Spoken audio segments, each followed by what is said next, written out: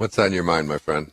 I'm kind of not as inspired as I used to be doing my daily, day-to-day business. I don't know. I can't get passionate. I went through some kind of healing, but it's still slow going, Mm-hmm. So you're looking for your excitement? Yeah, I don't know what happened to me. I mean, I've listened to you for years, and before I was in a sales job, I quit my job, and then I just manifested my video production company just following your advice, and I don't know why I can't do that right now. I just don't feel it yet. It sounds to me, and I'm just guessing here, that you're evaluating whether you're doing well or happy or content or fulfilled on the basis of some external kind of indicator, indice, like, how well you're doing. Is it inspiring you? Are you making enough money? Are you, whatever it might be. And so often we have a tendency to evaluate or determine how well we are doing, or whether we're on purpose, or whatever, whether we're following our bliss or our excitement on the basis of external things rather than internal things. And this is really one of the big shifts that I've been able to make in my life. That to be honest, again, it's in alignment with what we were talking about with Karen just a few minutes ago. Being able to find bliss, and I was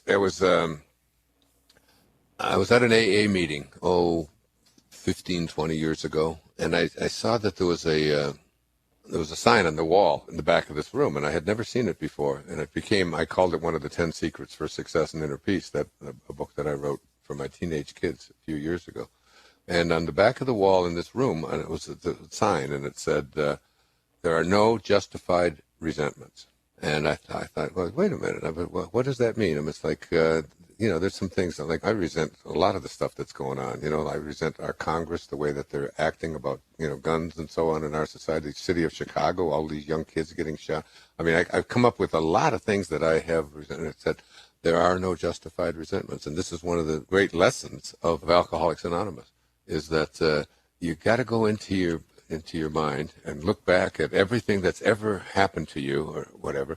And instead of looking back at it, or even what's going on around you, instead of looking at it from the perspective of these are things that really piss me off, these are things that really get me upset, instead beginning to see that there's something for us in every single moment, in every single place, in every single event and circumstance and people and all of that, that there's something there for us in all of this, and that to not fill our hearts with resentment. And I look back now as having written out these 60 circumstances and so on that have happened to me over the period of my life since I was a little boy. And I can see that there's something to be gained in all of it. And when you're in a state of what you're calling maybe boredom or ennui or an absence of motivation or inspiration, that's not a time to be saying, what am I doing wrong? And why isn't my life working the way I would like it to be working right now? And why aren't things going this way? And how come I've lost my passion and so on? But instead to be saying, this state that I'm feeling right now has something very important and very powerful to teach me, and to get down on your knees and be in a state of gratitude for it.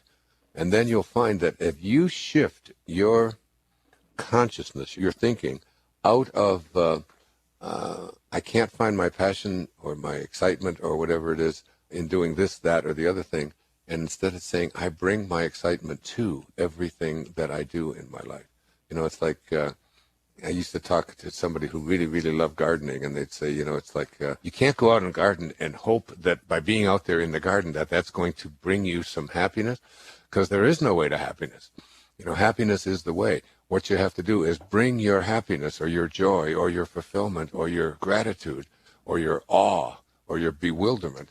Bring that. As Rumi said, sell your cleverness and purchase bewilderment. Bring that with you to the garden. And then this is what I guess we'll call this show about mindfulness, Diane, because it's really about, going to the garden and being able to bring joy to the pulling of the weeds, instead of saying, oh, if I didn't have to do these weeds and so on, and bringing it to virtually everything. And when you fill yourself with this kind of excitement and this kind of passion, you bring it to everything and everyone you encounter. Then you never have to ask the question, why have I lost my passion? Because you bring your passion to everything. And even that which is passionless to you allows you to be passionate, even about that.